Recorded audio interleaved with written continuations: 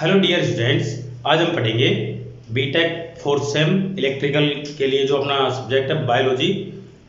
उसमें हमारा second chapter चल रहा था क्लासिफिकेशन, और क्लासिफिकेशन में हम सभी किंगडम्स के बारे में पढ़ चुके थे पिछले लेक्चर में। ठीक है, अब हमारा नेक्स्ट टॉपिक है taxonomy hierarchy of life forms. ठीक है, इसका मतलब ये है कि जीवन को बनने के लिए, जो बायोस्फीयर है उसको बनने के लिए हमें किन किन चीज़ों की जरूरत पड़ती है, कौन कौन चीजें किस किस चीज को मिलाकर कैसे एक चीज दूसरे से मिलते हुए कैसे कैसे ये यहाँ पर पृथ्वी पर बायोस्फीयर बने हुए हैं, है ना। तो एक एक करके जानते हैं। तो देखो, इस पृथ्वी पर सबसे छोटी इकाई क्या होती है? मॉलिक्यूल।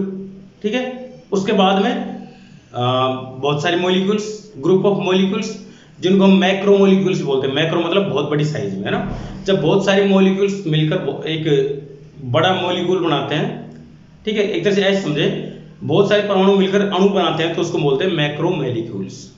अब बहुत सारे मैक्रो मॉलिक्यूल्स मिलकर बनाते हैं एक ग्रुप ऑफ मैक्रो मॉलिक्यूल्स, जिसको हम बोल सकते हैं सेल। ठीक है, कोशिका। जैसे बहुत सारी कोशिका, बहुत सारे परमाणु अणु मिलकर एक कोशिका का निर्माण करते हैं, और कोशिका मिलकर बनाती है उत्तक, उत्तक मिलकर बनाते हैं अंग, अंगों से मिलकर बनता है ऑर्गन सिस्टम, ऑर्गन और ऑर्गन से मिलकर बनता है ऑर्गन सिस्टम। इस तरह से हम एक एक करके समझते हैं इन चीजों को। देखो, टोटल 10 पॉइंट हो गए इसके। तो फर्स्ट पॉइंट जो एक जीवन को बनाने के लिए जरूरी है, तो सबसे पहले मॉलिक्यूल। देखो क्या होता है ये smallest unit of biological system that have specific chemical and physical properties. They play important role in metabolism and survival of the organism. किसी भी जीव के सिस्टम को चालू रखने के लिए, उसको जीवित रखने के लिए जो सबसे छोटी इकाई होती है उसको बोलते हैं मॉलिक्यूल। ठीक है, तो हर एक, चाहे कोई सा भी इस पृथ्वी पर जीव हो या निर्जीव हो, सजीव हो या निर्जीव हो, सभी मिलकर बने होते हैं मॉलिक्यूल से। अणु परमाणुओं से मिलकर सारी चीजें बनी होती हैं। ठीक है, तो यहाँ पर जो परमाणु है, एक तरह से मॉलिक्यूल सबसे छोटी इकाई होती है। अब इन परमाणुओं से मिलकर जब बहुत सारे परमाणु एक साथ ग्रुप में जुड़ते हैं, एक दूसरे के साथ जुड़ते हैं, ऐसा नहीं है कि बहुत सारे मॉलिक्यूल एक जगह इकट्ठे हुए तो मैक्रो मॉलिक्यूल बना लेंगे, ऐसा नहीं है। अगर वो सब एक दूसरे के साथ जुड़े हुए होते हैं तो ये मैक्रो मॉलिक्यूल बनाते हैं। मैक्रो मॉलिक्यूल ये क्या होते हैं? देखो, जब बहुत सारे मॉलिक्यूल एक साथ जुड़ते हैं, एक दूसरे के साथ रिएक्शन करते हैं, जैसे यहां पर दे रखा है group of molecules interact with each other and may be present in the individual organism as large complex polymers. Each unit of such polymers serve as functional and structural units of cells and organelles. समझ में आया? इसका मतलब यह है कि बहुत सारे अणु मिलकर एक स्ट्रक्चर का निर्माण करते हैं, जिसको पॉलीमर की तरह वर्क करते हैं। पॉलीमर क्या होता है? एक जैसी इकाई होती है, जब जुड़ती जाती है तो एक बहुत बड़ा स्ट्रक्चर बन जाता है, उसको पॉलीमर बोलते हैं। और बहुत सारे पॉलीमर से मिलकर एक इकाई बनती है, जिसको बोला गया सेल। तो यहाँ पर थर्ड नंबर पे जो आ रहा है वो हमारे इसका है सेल, CELL। हिंदी बताऊं तो आपको इसको बोलते हैं कोशिका। ठीक है, तो हमारे शरीर की जो सबसे छोटी इकाई होती है उसको बोलते हैं कोशिका। ध्यान दें, ये दो चीजें सजीव और निर्जीव सबके अंदर पाई जाती हैं, लेकिन ये कोशिका सिर्फ सजीव के अंदर ही पाई जाती है। ठीक है, तो देखो यहाँ पर कोशिका की क्या परिभाषा दी गई है। These macromolecules coordinate and organize themselves to form simple structure called cell. These are the functional and structural units of all living organism. मतलब ये सभी जीवों की कार्यात्मक इकाई है। ठीक है, सभी जीवों की कार्यात्मक इकाई, सबसे छोटी कार्यात्मक इकाई क्या होती है? कोशिका होती है। ठीक है, चौथा जिसका नाम दिया गया टिश्यू, हिंदी में बोले तो इसको बोलते हैं उत्तक। अभी उत्तक क्या होता है? देखो यहां पर परिभाषा क्या दी गई है, वैसे मैं बता देता हूं आपको। जब बहुत सारी एक जैसी कोशिकाएं एक जगह मिलकर कार्य करती हैं तो उसको बोलते हैं उत्तक। तो यहां पर बोला गया group of cells that may have common origin and function are called tissue, example nervous tissue. तो यहां पर जब बहुत सारी कोशिकाएं सब मिलकर एक जैसा कार्य करती हैं और उनका उत्पादन एक जगह से हुआ है तो उसको टिश्यू बोलते हैं, मतलब उत्तक बोलते हैं। इसका एग्जाम्पल जैसे तंत्रिका उत्तक, हमारे शरीर के अंदर जो तंत्रिका उत्तक पाया जाता है उसको यहाँ पर एग्जाम्पल के तौर पर दिया गया है ना। और पेड़ पौधों में दो उत्तक होते हैं, जाइलम और फ्लोएम। छठा है उत्तक के बाद में आता है ऑर्गन्स। जब बहुत सारे उत्तक मिलकर एक साथ कार्य करते हैं तो उसको बोलते हैं उत्तक। यहां पर देख क्या बोला गया है उत्तक के बारे में, टिश्यू के बारे में, ऑर्गन्स के बारे में। It is the next higher level of body organisation where various tissues collectively perform a specific function and acts as a structure called organ. जब बहुत सारे उत्तक मिलकर एक स्ट्रक्चर का निर्माण करते हैं और वो सारे मिलकर एक जैसा कार्य करते हैं तो उसको बोलते हैं ऑर्गन। मतलब बहुत सारे उत्तक मिलकर कार्य का एक अंग का निर्माण करते हैं। नेक्स्ट है ऑर्गन सिस्टम। ऑर्गन सिस्टम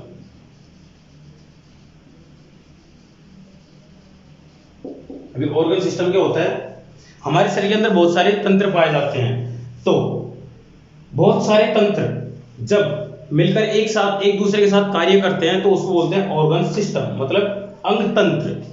तो यहां पर देखो क्या परिभाषा दी गई है, collective organisation of few organs to perform a particular function is termed as organ system. जैसे हमारे शरीर को सभी कार्यों को करने के लिए हमारे शरीर में बहुत सारे अंग हैं, जैसे पाचन तंत्र, श्वसन तंत्र, तंत्रिका तंत्र, ये सारे क्या है, सारे ऑर्गन सिस्टम है। ये सारे अंगों से मिलकर बने होते हैं और एक दूसरे के साथ में कार्य करते हैं। जैसे हमारे मस्तिष्क है, ये एक अंग है, ये हमारे सारे शरीर को कंट्रोल करता है। तो ये जैसे जैसे ऑर्डर देता है हमारा शरीर वैसे वैसे कार्य करता है। मतलब एक तंत्र हो गया हमारा तंत्रिका तंत्र जो निर्देश पहुंचाने का काम करता है और उसके अनुरूप हमारे शरीर के अंग कार्य करते हैं। तो ये सारे क्या हुए, ये कलेक्टिव वर्क हुआ सारा है ना। तो ये जो कलेक्टिव वर्क है सभी अंगों का उसको बोलते हैं ऑर्गन सिस्टम, अंग तंत्र। नेक्स्ट है ऑर्गेनिज्म, 7वें नंबर पर ऑर्गेनिज्म।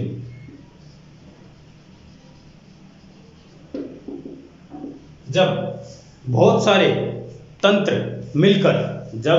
तंत्र मिलकर किसी एक शरीर का निर्माण करते हैं, ठीक है, और वह शरीर पूरी तरह से कार्य करता है, एक दूसरे के साथ मिलकर पूरी तरह से कार्य करता है तो उसको बोलते हैं ऑर्गेनिज्म। जैसे हमारा शरीर है सारे कार्य करता है एक दूसरे के सहयोग से, तो ये क्या हो गया, हम ऑर्गेनिज्म हो गए, है ना।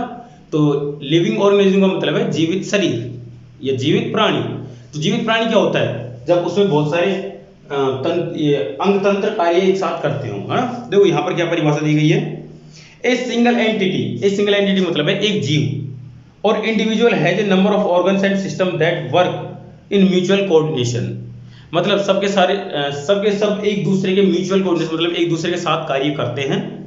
एक ऐसा शरीर जिसके सारे अंग और तंत्र एक दूसरे के साथ मिलकर कार्य करते हैं उनको बोलते हैं ऑर्गेनिज्म। जैसे मानव शरीर है, एक कुत्ते का शरीर है, एक पेड़ पौधे किसी का भी शरीर है, सब एक साथ मिलकर कार्य करते हैं तो उसको बोलेंगे ऑर्गेनिज्म, ठीक है। एक मृत प्राणी को हम ऑर्गेनिज्म नहीं बोल सकते क्योंकि उसके अंग कार्य करना छोड़ चुके होते हैं।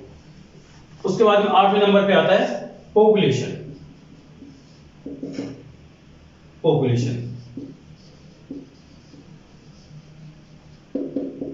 देखो पॉपुलेशन क्या होते हैं, जब बहुत सारे ऑर्गेनिज्म एक साथ कार्य करते हैं या एक साथ रहते हैं तो उसको बोलते हैं ऑर्गेनिज्म। जैसे एक गांव में रहने वाले सभी जीव जंतु, जैसे पशु पक्षी पेड़ पौधे या मनुष्य, या जैसे एक घर में रहने वाले 5 सदस्य सारे मनुष्य हैं, तो ये क्या हो गया, पॉपुलेशन हो गई, उनकी संख्या हो गई।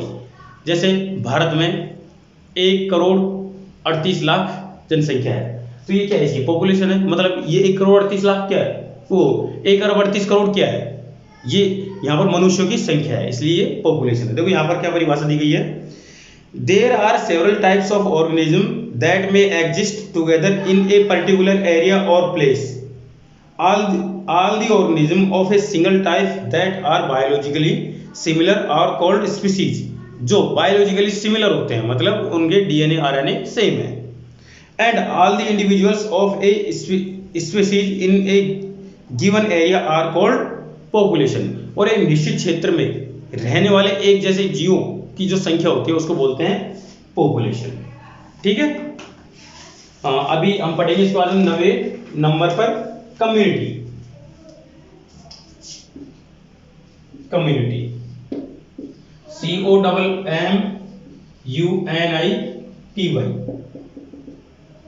कम्युनिटी जिसको हम बोलते हैं समुदाय। ठीक है, तो समुदाय क्या होता है, देखो all the species that are found in a given area from the community it involves all the life forms in that area. मतलब एक एरिया विशेष में पाए जाने वाले सभी जीवों को, एक जैसे जीवों को हम कम्युनिटी बोल सकते हैं। जैसे थोड़ी देर के लिए एग्जांपल के तौर पे एक क्षेत्र है जहां पर कुत्तों की संख्या ज्यादा पाई जाती है। ठीक है, तो वो एक स्पेशल स्पीशीज हो गई और उस क्षेत्र में ही पाए जाते हैं, तो वो उनकी कम्युनिटी हो गई, है ना। जैसे एग्जांपल के तौर पे बताऊं तुमको, सवाई माधोपुर में जो रणथंभौर का अभ्यारण्य है उसके अंदर टाइगर ज्यादा पाए जाते हैं, इसका मतलब वो वहां पर टाइगर कम्युनिटी है। और दूसरा एग्जांपल आपको देखिए बताऊं, जैसे भांडारेज में किसी एक जाति विशेष के लोग ज्यादा रहते हैं। ठीक है, और वहां पर उनका दबदबा हर चीज में उनकी चलती है, बाकी दूसरों की तुलना में, दूसरे जीवों की तुलना में, दूसरे प्राणियों की तुलना में, तो वो उनकी कम्युनिटी हो गई, है ना। मतलब उनको एक तरह से पहचान मिलनी चाहिए उस एरिया विशेष में, तो वो हो गई उनकी कम्युनिटी। और जब बहुत सारी कम्युनिटी मिलती हैं तो उसको बनाते हैं बायोस्फीयर। इस कम्युनिटी के अंदर बहुत सारे जीव जंतु भी रहते हैं। जैसे एक गांव में बहुत सारे मनुष्य रहते हैं, तो उनके साथ बहुत सारे पशु भी रहते होंगे, गाय भैंस भेड़ बकरी कुत्ते, और बहुत सारे पक्षी भी रहते होंगे। उनके अलावा बहुत सारे कीड़े मकोड़े भी रहते होंगे, है ना, और बहुत सारे पेड़ पौधे भी रहते होंगे। तो ये सारा सब कुछ मिलकर क्या बना, कम्युनिटी। अब देखो 10th लास्ट है बायोस्फीयर।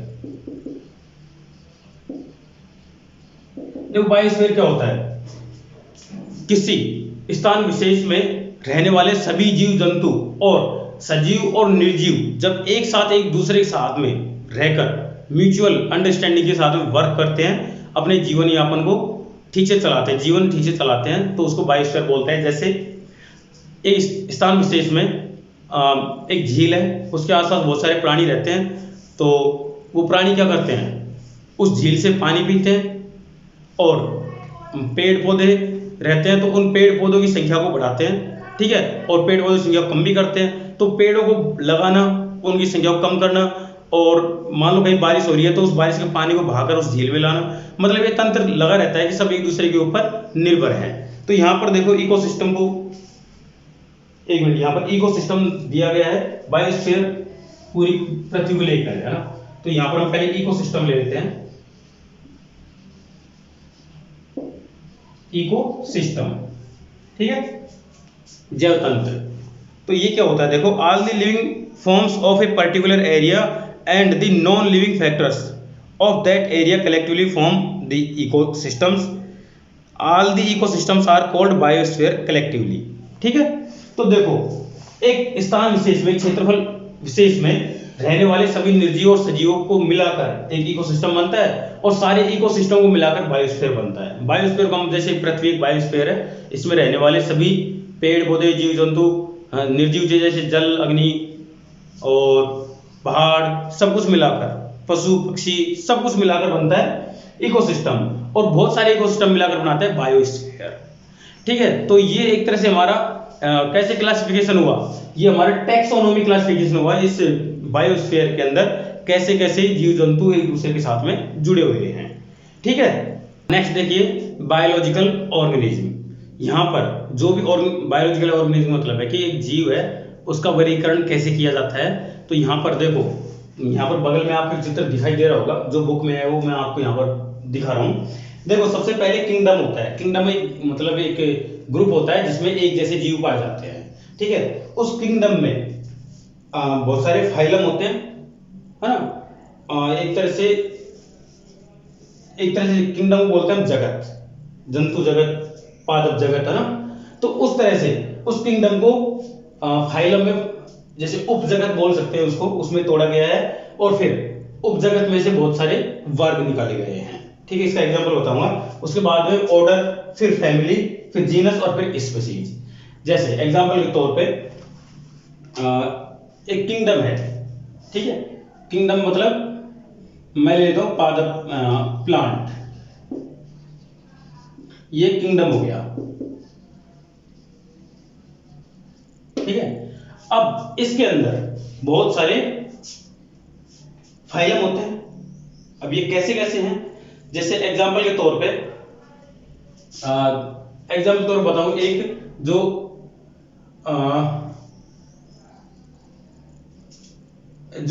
एक तो होते हैं जो खुद ही अपना भोजन स्वयं बना लेते हैं उनके आधार पर। तो यहां पर हम फाइलम की बात करें तो फाइलम यहां पर पादप जगत के अंदर होते हैं हरे पत्ते वाले, ना, तो ग्रीन लीव्स वाले जो भी पादप होते हैं वो क्या करते हैं, अपना भोजन स्वयं बना लेते हैं प्रकाश की उपस्थिति में। तो ये इसका एक फाइलम हो गया, फिल्म, है ना। उसके बाद में यहां पर ये टूटता है क्लास में, वर्ग में। अब ये वर्ग बहुत सारे होते हैं, जैसे कुछ पादप ऐसे होते हैं जो बीज से उगते हैं और बीज रहित और बीज सहित और बीज रहित, है ना। मतलब कुछ पेड़ पौधे ऐसे होते हैं जो बीज का निर्माण करते हैं और कुछ ऐसे होते हैं जो बीज का निर्माण नहीं कर सकते। तो यहां पर ये क्या है, एक तरह से यहां पर लिखना चाहिए था हमको विद सीड और विदाउट सीड,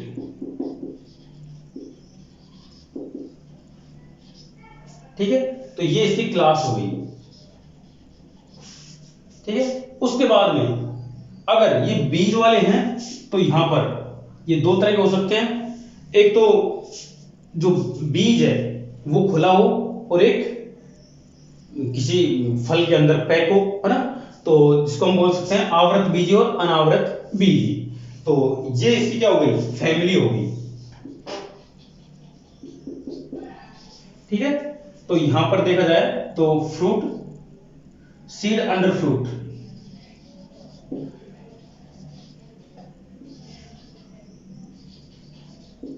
ठीक है। और इसके बाद में क्लास के बाद में जो नेक्स्ट आता है वो उसका जीनस आता है, ठीक है, जीन। तो एक जैसे जीन वाले जो भी होते हैं, जैसे सारे खट्टे फलों के लगभग जीन सेम होते हैं, जिसके अंदर लेमन है, स्वीट लाइम है, ऑरेंज है और किन्नू है। ये सारे फल होते हैं जो खट्टे फल होते हैं जिनके अंदर सिट्रिक एसिड पाया जाता है, वो सारे जीनस के, सेम जीनस के होते हैं, ठीक है। और उसके बाद में जैसे लेमन एक एग्जांपल है ना, और ऑरेंज ये इसका जीनस हो गया। और नेक्स्ट उसके बाद में इसकी स्पीशीज आती है, स्पेशल, ठीक है। तो ये स्पीशीज है जिसमें हम जाति बोलते हैं। तो इसमें जो ये सारे एक जैसे, मतलब इसको हटाकर हम यहां पर नाम लिखें सेम ऑर्गन, सेम ऑर्गन्स के जो जीव होते हैं वो उनको जीनस के आधार पर हम पहचान सकते हैं, ठीक है। और स्पीशीज में हम ले सकते हैं जैसे ऑरेंज, ये एक स्पीशीज हो गई।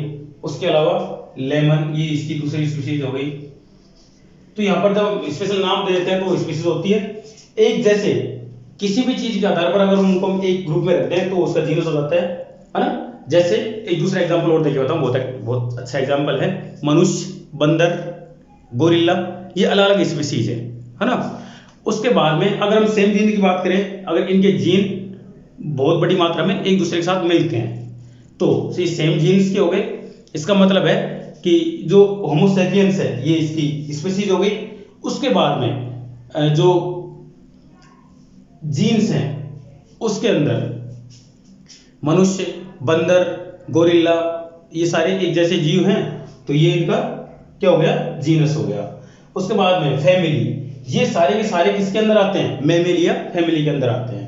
ठीक है, मतलब एक तरह से ग्रुप हो गए जो 4 हाथ पैर वाले जीव होते हैं और चारों हाथ पैरों से अपना सारा कार्य करते हैं और इनके शरीर का आकार भी एक जैसा ही है। क्लास, ये किस क्लास के अंदर आते हैं, तो ये एक तरह से ग्रुप हो गया कि एक तरह से हम ये समझ सकते हैं कि मांसाहारी, शाकाहारी, सर्वाहारी, ये किसी भी आधार पर हम उनको एक ग्रुप में रखें तो ये उनकी क्लास हो गई, लेकिन एक जैसे सारे जीव। उसके बाद में फाइलम, फाइलम में हम ये समझ सकते हैं कि जैसे कोर्डेटा, रीढ़ हड्डी के आधार पर उनको एक ग्रुप में रख सकते हैं।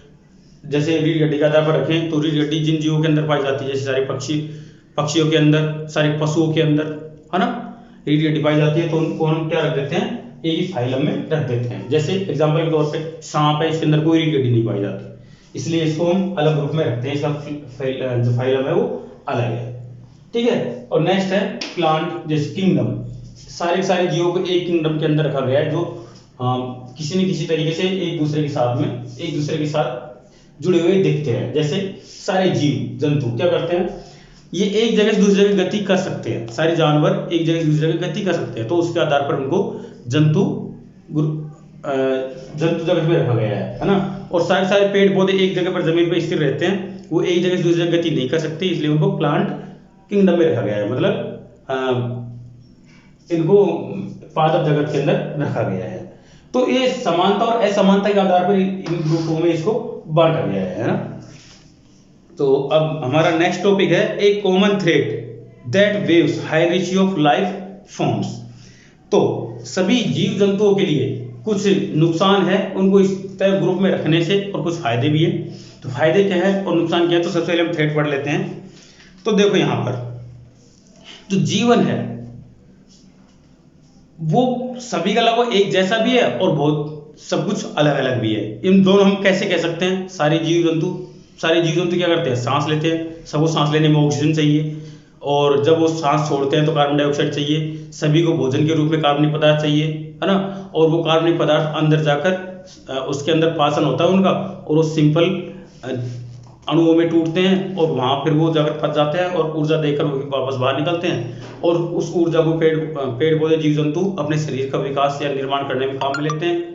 उसी प्रकार कुछ जीव जंतु किसी दूसरे जीव जंतु के शरीर को ग्रहण करके, भोजन रूप में ग्रहण करके उनसे ऊर्जा प्राप्त करते हैं। तो ये तो सभी की कॉमन चीज हो गई कि सभी जीव जंतु ऐसा ही करते हैं। उसके अलावा बहुत सारी कुछ अलग अलग चीजें भी है, जैसे पेड़ पौधे अपना भोजन स्वयं बना लेते हैं, मनुष्य और जीव जंतु उन पेड़ पौधों से या किसी दूसरे जीव जंतु से भोजन ग्रहण करते हैं। तो ये बायोडाइवर्सिटी है, इसका मतलब इसमें समानताएं और असमानताएं साथ साथ चलती रहती हैं। तो यहाँ पर देखो कुछ चीजें दे रखी हैं। All levels of living forms possess a complex and adaptive organisation. सभी लेवल पर जो जीवन है वो बहुत कॉम्प्लेक्स होता है और एक दूसरे के साथ में जुड़ा हुआ होता है। बहुत कॉम्प्लेक्स है, बहुत कठिन है और एक दूसरे के साथ जुड़ा हुआ है। जैसे एग्जाम्पल के तौर मैंने तुमको बताया थोड़ी देर पहले, अगर हम कोई एक पेड़ लगाते हैं तो उस पेड़ से हम क्या करेंगे, बड़ा होने पर छाया, ऑक्सीजन, फल, फूल, जो भी चीज, लकड़ी, हम उससे ग्रहण करेंगे, है ना। पेड़ से हम ग्रहण कर रहे हैं, बदले में पेड़ हमसे क्या ग्रहण कर रहा है, हम पेड़ को पानी दे रहे हैं, प्रकृति भी देती है लेकिन हम भी देते हैं। उसके अलावा हमारे द्वारा छोड़ी गई कार्बन डाइऑक्साइड गैस वो ग्रहण करते हैं, हमारे द्वारा त्यागे गए मल मूत्र है या फिर और भी चीजें जिनसे बना हुआ जो खाद है वो उनको वो ग्रहण करते हैं। मतलब एक दूसरे के ऊपर डिपेंडेंट है, यहाँ पर इंडिपेंडेंट कोई भी नहीं है, पूरी तरह से आजाद कोई भी नहीं है। दूसरा देखो, living organisms are composed of specific macromolecules. तो लिविंग ऑर्गेनिज्म मतलब जीवित प्राणी बहुत जुड़े होते हैं, बहुत बड़े मैक्रोमोलिक्यूल्स मतलब बहुत सारे बड़े बड़े अणु परमाणुओं से या बहुत सारे बड़े बड़े टुकड़ों से मिलकर ये एक जीवित शरीर बनता है। नेक्स्ट है तीसरा है, देखो, the life process in these organisms are qualitative not quantitative. और इन जीवों की जो जीवन जीने की जो प्रोसेस है वो क्वालिटेटिव होती है, क्वांटिटिव नहीं। इसका मतलब ये है कि जीव जंतु अपने जैसे बहुत सारे जीव जंतु उत्पन्न करते हैं, लेकिन जिन जीवों के अंदर अपने आप को पर्यावरण के अनुसार ढालने की जो क्वालिटी अगर है तो ही जीवित रह पाते हैं, नहीं तो बड़ी संख्या में उत्पन्न होने के बावजूद भी वो जीव जंतु मर जाते हैं। आपने देखा होगा सर्दियों में या किसी भी मौसम में कोई भी फीमेल डॉग है, मतलब बिच है, कुतिया है, 8 से 10 बच्चों को जन्म देती है, लेकिन साल के अंत तक उनमें से कितने बच्चे जीवित रह पाते हैं? 8 में से 1 या 2 ही जीवित रह पाते हैं। क्यों? क्योंकि बाकी सभी क्वांटिटी तो सबके अंदर है जीने की, लेकिन क्वालिटी सिर्फ 1-2 के अंदर ही पाई जाती है। मतलब उनके शरीर के अंदर वो सारे गुण होते हैं जो अपने जीवन को प्रकृति के अनुसार ढाल पाते हैं, बाकी नहीं डाल पाते तो वो प्रकृति उनको समाप्त कर देती है। नेक्स्ट है, all levels of living organism are composed of unique organism with high degree of variations. सभी लेवल पर जो जीव जंतु है वो अपना खुद का एक यूनिक ऑर्गेनिज्म बना लेता है, ठीक है, मतलब हाई डिग्री ऑफ वेरिएशन, बहुत ज्यादा उतार चढ़ाव के अनुसार अपने आप को उनके अनुसार ढाल लेता है। नेक्स्ट है, all these organisms have genetic programs. सभी जीवों के अंदर एक जेनेटिक प्रोग्राम होता है जिसको हम डीएनए बोलते हैं। सभी का डीएनए स्ट्रक्चर अलग अलग होता है। Which enable then to perform certain targets, जो कि कुछ निश्चित लक्ष्यों को पूरा करने के लिए उत्तरदायी होता है। तो निश्चित टारगेट क्या होते हैं? जैसे हम पैदा हुए तो हमारे अंदर डीएनए मौजूद था, लेकिन जैसे जैसे बड़े होके जब हम इस दुनिया से खत्म हुए, उससे पहले हमारे कुछ टारगेट है कि हम आने वाले टाइम के लिए हमारे जैसे जीव इस संसार को देखे जाए। किसी ने हमारे शरीर को उत्पन्न किया तो हम भी किसी शरीर को उत्पन्न करके जाए, तो ये हमारे शरीर का टारगेट हो गया। इसको हम अध्यात्म से न जोड़े, ठीक है। नेक्स्ट है, they all have evolved as a result of natural selection. तो इन सब के अंदर प्राकृतिक वर्ण मतलब नेचुरल सिलेक्शन की भी जुड़ा हुआ होता है। मतलब प्रकृति उसी का चयन करती है जो बेस्ट होता है, जो सब में बेस्ट होता है। हर चीज में प्रकृति उसी का चयन करती है, ठीक है। और नेक्स्ट है, the various classes of living organisms are related to each other on behalf of evolution as they may have a common history. मतलब इवोल्यूशन हम पहले बात कर चुके हैं इसके बारे में कि सभी जीवों के अंदर अगर इवोल्यूशन की प्रोसेस का गुण है तो वही जीवित रह पाते हैं, नहीं धीरे धीरे वो खत्म हो जाते हैं। जैसे एग्जांपल के तौर पे हमारे शरीर के अंदर कुछ अंग ऐसे होते हैं जो धीरे धीरे खत्म होते जा रहे हैं, जिनकी हमारे शरीर के अंदर आवश्यकता नहीं है, और कुछ अंग ऐसे हैं जो हमारे शरीर के अंदर बहुत छोटी मात्रा में, लेकिन उनका हम बहुत ज्यादा उनको काम में लेते हैं तो धीरे धीरे वो विकसित होते जा रहे हैं, है ना। एग्जाम्पल के तौर पे हमारे जो कान थे पहले काफी बड़े बड़े हुआ करते थे, आज ये छोटे हो गए। क्यों? क्योंकि आजकल मनुष्य कपड़े पहनने लग गया, तो जब भी कपड़े पहनता है ये कान दिक्कत करते हैं, है ना। और दूसरा, एक ऐसी सोसाइटी में रहने लग गया जहां पर उसको खतरा बहुत कम है, जिसकी वजह से इनको मोड़कर सुनने की जरूरत नहीं है। जैसे आप एग्जाम्पल के तौर पे खरगोश है, जंगल में रहता है तो उसको 24 घंटे डर रहता है कि कहीं से कोई जीव आकर उसका शिकार न कर ले, इसलिए अपने कानों को अलग अलग दिशाओं में मोड़कर सुनने लगता है ताकि कहीं से कोई खतरा है और उसको पहले से पता लग जाए। तो उस खतरे को भांपने के लिए खरगोश अपने कान को इधर उधर मोड़कर देखता रहता है, सुनता रहता है। इसी प्रकार से कुछ जीव ऐसे होते हैं जो किसी दूसरे जीव से अपनी सुरक्षा करने के लिए अपने शरीर के ऊपर कांटे उगाए रखते हैं। तो ये जो कांटे हैं, ये कांटे रियल में कांटे नहीं थे, ये उनके बाल थे, लेकिन अपने शरीर की सुरक्षा के लिए उन्होंने उनको ज्यादा काम में लेने लग गए, तो वो बाल उनके कांटों के रूप में तब्दील हो गए।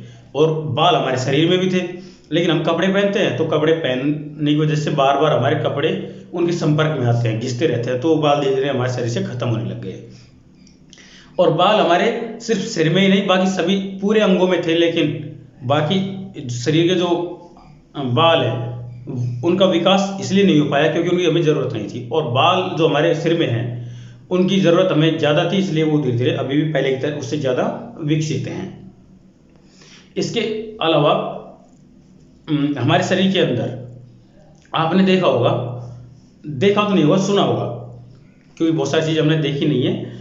आपने अपेंडिक्स का नाम सुना होगा। अपेंडिक्स क्या होती है? जब कोई जीव जंतु ऐसा भोजन खाता हो जो बहुत ही ज़्यादा हार्ड और रिजिड हो, जैसे सभी तरह के घास फूस, सभी तरह घास फूस, जीव जंतु सब कुछ मिलाकर, जैसे हमारे हमारे जो पशु होते हैं जंगलों में रहने वाले, चरने वाले, भेड़ बकरी, रोजड़े, गाय, नीलगाय, सब कुछ है ना, तो ये कुछ भी खा लेते हैं जो इनको मिलता है, अपने शरीर के विकास के लिए कुछ भी खा लेते हैं पेट भरने के लिए। तो ऐसे भोजन को पचाने के लिए एक अलग से अंग होता है। वो अंग क्या करता है? कुछ हार्ड केमिकल होते हैं, उनको पचाने का काम करता है।